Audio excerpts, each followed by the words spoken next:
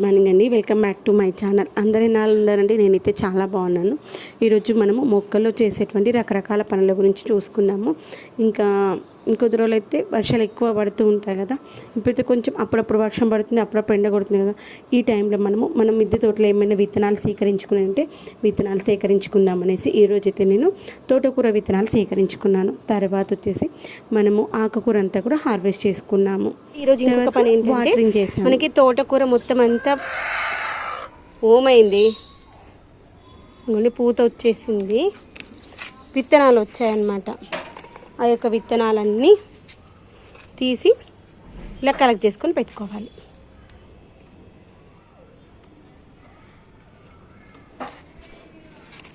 ఇలా ఒక బాస్కెట్లో వేసుకొని వాటిని ఎండబెట్టేసుకున్నాం అనుకోని నెక్స్ట్ పంట వాడుకునేటప్పుడు వీటిని వాడుకోవచ్చు.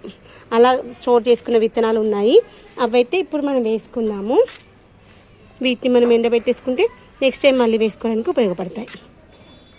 ఇలా విత్తనాలన్నీ తీసేసి ఇదంతా కట్ చేసుకుందాము. కట్ చేస్తే మళ్ళీ నెక్స్ట్ వచ్చేది వంటిది మంచి ఫ్రెష్గా వస్తుంది. ఇలా విత్తనాలన్నీ సేకరించుకున్నాం అనుకోండి, మనకు కావాల్సినవి మనం మిద్దె తోటలో మనం ఏవైతే కూరగాయలు ఆకుకూరలు పెట్టుకుంటామో ఆ యొక్క విత్తనాల కోసం ఒక్కటన్నా మొక్క వదిలేసుకోవాలన్నమాట. ఒక్క మొక్కరైనా వదిలేసుకుంటే అది మనకి విత్తనాలకు వస్తే ప్రతిసారి మనము విత్తనాలు కొనాల్సిన అవసరం ఉండదన్నమాట. ఇలా మనము విత్తనాలు సేకరించుకుంటే ఆకుకూరలు, తర్వాత వెజిటేబుల్స్ కూడా, ఇప్పుడు వంకాయ అనుకోండి, ఒకటి పండు వారిపోయిన వంకాయ వదిలేసాం అనుకోండి, నెక్స్ట్ కాపుకు మనకు ఉపయోగపడుతుంది. ఇలా మొత్తం అన్ని విత్తనాలు తీసేసుకొని కట్ చేసుకుందాం. చిన్న నైఫ్ తీసుకురావా? అవి ఏం లేదులే, వద్దులే నాన్న. ఇదిగోండిలా అన్నింటిని కట్ చేసుకుందాం. ఇలా కట్ చేసుకున్న తర్వాత వాటరింగ్ చేద్దాము. ఇప్పుడు ఫ్లోర్ అంతా ఊడ్చేసుకొని ఎత్తేసాం కదా. ఇలా మనకు కావాల్సినవన్నీ ఆకుకూరలు తెంపుకున్న తర్వాత వాటరింగ్ చేసుకుందాం. ఎందుకంటే వాటర్ పడుతుంది కదా, మళ్ళీ మనం అన్ని కిచెన్ వేస్ట్ వాటర్ వేస్తాం కాబట్టి మనం తెంపుకోవాల్సినవి తెంపేసుకుందాం. ఇదిగోండి, దీంట్లో మనకి ఎంత మంచిగా వస్తుందో అంత ఉంచేసుకొని మిగిలిన మళ్ళీ కిచెన్ వేస్ట్లో వేసేసుకోవచ్చు. ఆకైతే మంచి ఫ్రెష్గా ఉంది, చూసారా. ఈరోజు ఆకుకూర హార్వెస్ట్ చేసుకుందాము.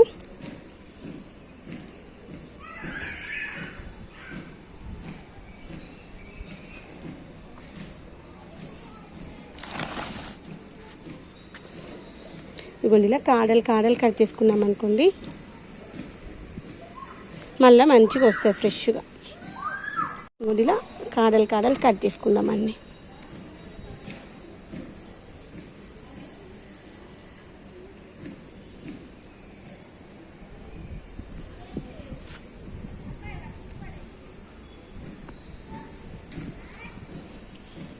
ఎండనైతే మళ్ళీ మస్తు వస్తుంది. వానాకాలంలాగా వాన వచ్చేసింది, మళ్ళీ ఎండాకాలంలాగా మళ్ళీ ఎండలు సుర్రమంటున్నాయి.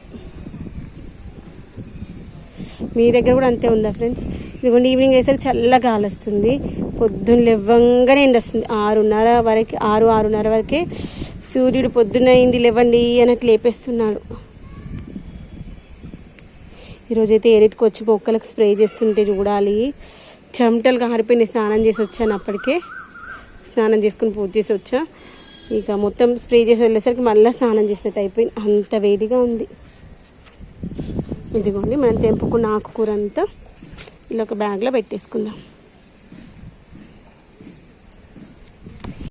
ఇదిగోండి, అన్ని కుండీలలో మనకి వర్షాలకైతే ఆకుకూరలు మంచిగా వస్తాయి. మనం విత్తనాలు వేయకపోయినా మంచిగా వస్తాయి.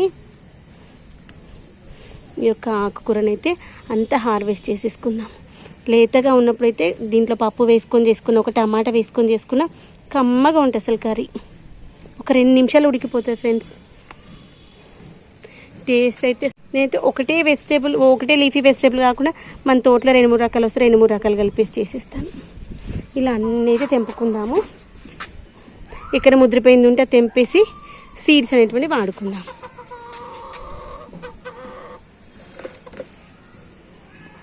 అన్ని మొక్కలకి వాటరింగ్ అయితే పోసేస్తున్నాను. పోసేటప్పుడు ఇలా ఒకే ప్లేస్లో కాకుండా మొత్తం అంతా స్ప్రెడ్ అయ్యేలాగా ఒకటే మగ్గుతో ఒక 2 కుండీలలో అయితే పోసేస్తాను. మరి ఎక్కువ పోసామనుకోండి కుండీల నుండి కారిపోతాయి. అందుకని ఇలా అన్ని కుండీల్లో వాటర్ అయితే పోసుకుంటూ వచ్చేసాను.